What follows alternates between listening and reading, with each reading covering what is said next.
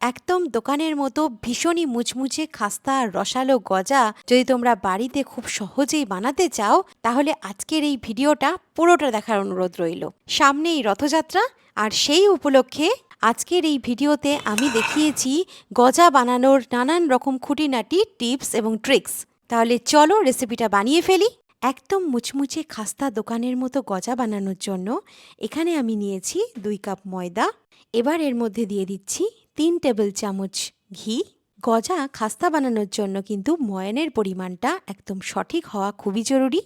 এবারে এর মধ্যে দিয়ে দিলাম আধা চা চামচ লবণ এবং দারুণ ফ্লেভারের জন্য আধা চা চামচ মৌরি। মৌরিটা হাতের তালুতে হালকা করে এইভাবে একটু চটকিয়ে নিয়ে তারপর ময়দার মধ্যে দিয়ে দিতে হবে।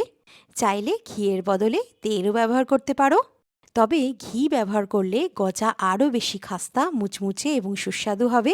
এবার প্রথমে ময়দার মধ্যে সমস্ত উপকরণ হাত দিয়ে খুব ভালোভাবে মিশিয়ে নিতে হবে। এবার একটু ময়দা হাতের মুঠোয় নিয়ে এইভাবে চেপে ধরে দেখো ময়দা এইভাবে দলা বেঁধে যাচ্ছে, তাহলে বুঝবে ময়ান একদম সঠিক হয়েছে। সঠিক ময়ান হলে গজা কিন্তু একদম দোকানের মতো খাস্তা এবং মুচমুচে হবে। এবার অল্প অল্প করে জল দেব এবং ময়দাটা খুব ভালোভাবে চটকে চটকে মেখে নেব। একসঙ্গে বেশি জল কিন্তু একেবারেই দেওয়া চলবে না, তাহলে ডো খুব নরম এবং আঠালো হয়ে যাবে আর গজা ঠিকমতো তৈরি হবে না। তো এইভাবে অল্প অল্প পরিমাণ জল দিতে থাকবো আর সাথে সাথে খুব ভালোভাবে ময়দাটা চটকে চটকে মেখে নেব। গজা বানানোর জন্য ডোটা কিন্তু হালকা টাইট বানাবো। হালকা শক্ত ডো বানালে তার থেকে গজাটা কিন্তু খুবই খাস্তা হবে। তো আমি 2-3 মিনিট মতো খুব ভালোভাবে চটকে চটকে ময়দাটা মেখে নিয়েছি। আর ডোটা তোমরা দেখতে পাচ্ছ হালকা টাইট রেখেছি।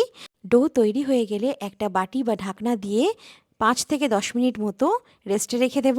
তো যতক্ষণ আমাদের ডোটা রেস্ট করছে ততক্ষণ চলো এবার চিনির শিরাটা বানিয়ে ফেলি। চিনির শিরা বানানোর জন্য একটা কড়াইয়ে 1 কাপ পরিমাণ জল আর এর মধ্যে সমপরিমাণ অর্থাৎ 1 কাপ পরিমাণ চিনি দিয়ে দিলাম। অর্থাৎ যতটা জল নেবে ঠিক ততটাই চিনি নিতে হবে। এবার গ্যাসের ফ্লেমটা হাইতে রেখে চিনি পুরোপুরি গলে যাওয়া পর্যন্ত অপেক্ষা করব।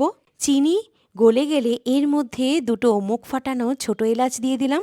এলাচ দিলে চিনির শিরার ফ্লেভারটা দারুণ হবে, আর সেই চিনির শিরা যখন গজার মধ্যে যাবে গজার স্বাদটাও কিন্তু দুর্দান্ত আসবে। চিনি গলে যাওয়ার পর মাঝারি আঁচ দিয়ে চিনির শিরাটা আরও 2 থেকে 3 মিনিট মতো ফুটিয়ে নেব। এর থেকে বেশি ফোটানোর দরকার নেই। 2-3 মিনিট পরে দেখো চিনির শিরাটা আমার হালকা ঘন হয়ে গেছে।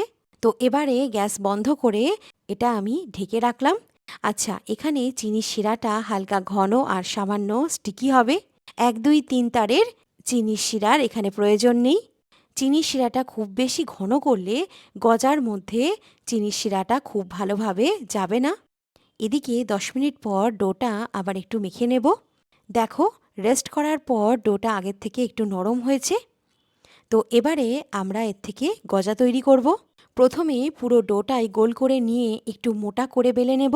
আমি এটাকে হালকা লম্বা এবং চৌকো আকৃতিতে বেলে নিয়েছি। এবার একটা ছুরি দিয়ে মাঝ বরাবর 2 টুকরো করে কেটে নেব। এবারে একটা টুকরোর উপর আর একটা টুকরো এইভাবে রেখে হাত দিয়ে হালকা করে চাপ দিতে হবে। এতে খুব সুন্দর 4টে লেয়ার তৈরি হয়েছে। এবার এই লেয়ারগুলো একসঙ্গে রেখে আবারও গোল করে নিয়ে একটু মোটা করে চৌকো আকৃতিতে বেলে নেব। বেলা হয়ে গেলে চারপাশের সাইডগুলো কেটে সমান করে নেব। তাহলে একটা সুন্দর স্কোয়ার শেপের ডো তৈরি হয়ে যাবে। দেখো একদম একটা সুন্দর স্কোয়ার শেপের ডো তৈরি হয়ে গিয়েছে। এবার গজাটা কেটে নেব। সব টুকরো যেন মোটামুটি একই মাপের হয়, এটা একটু চেষ্টা করো।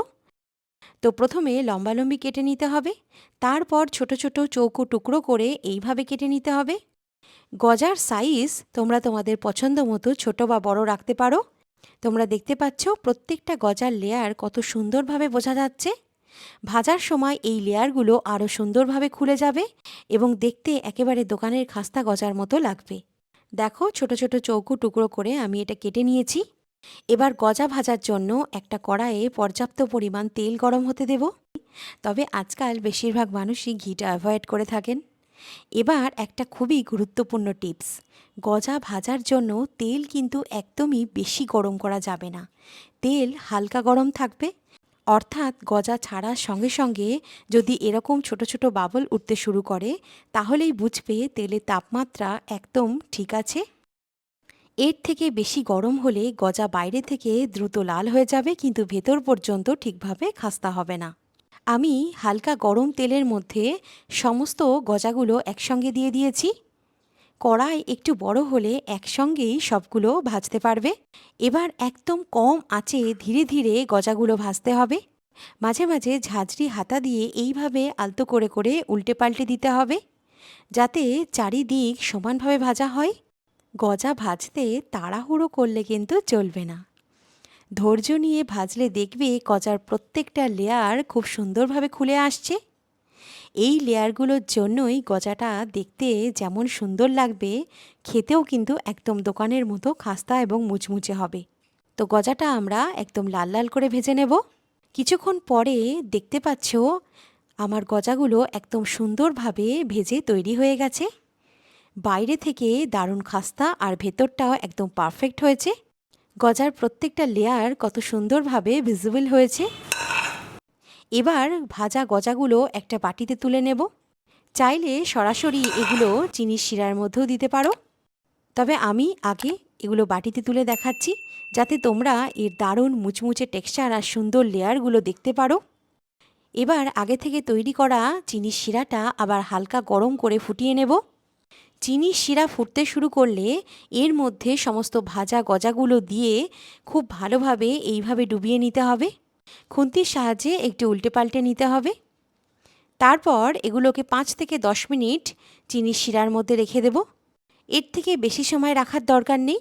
এরপর এগুলো তুলে একটা সার্ভিং প্লেটে পরিবেশন করব। আর এই দেখো আজকের একদম খাস্তা মুচমুচে আর রসালো গজা তৈরি হয়ে গেছে। ভেতর পর্যন্ত সুন্দরভাবে রস ঢুকেছে। আর এই গজার রেসিপিটা একবার অবশ্যই ট্রাই করার অনুরোধ রইল। বানানোও খুব সহজ, আর যে কোনো এয়ারটাইট কন্টেনারে রেখে তোমরা এটা অনেক দিন পর্যন্ত খেতে পারবে। গজাটা এতটাই খাস্তা মুচমুচে আর রসালো হয় যে মুখে দিলেই দারুণ স্বাদ লাগবে। রথযাত্রা স্পেশাল এই দারুণ গজার রেসিপিটা তোমরা অবশ্যই একবার ট্রাই করে দেখো। আমার এই রেসিপিটা যদি ভালো লাগে তাহলে ভিডিওটাতে একটা লাইক আর শ্রীতমাস কিচেন বাংলা এই চ্যানেলটাকে সাবস্ক্রাইব করার অনুরোধ রইল।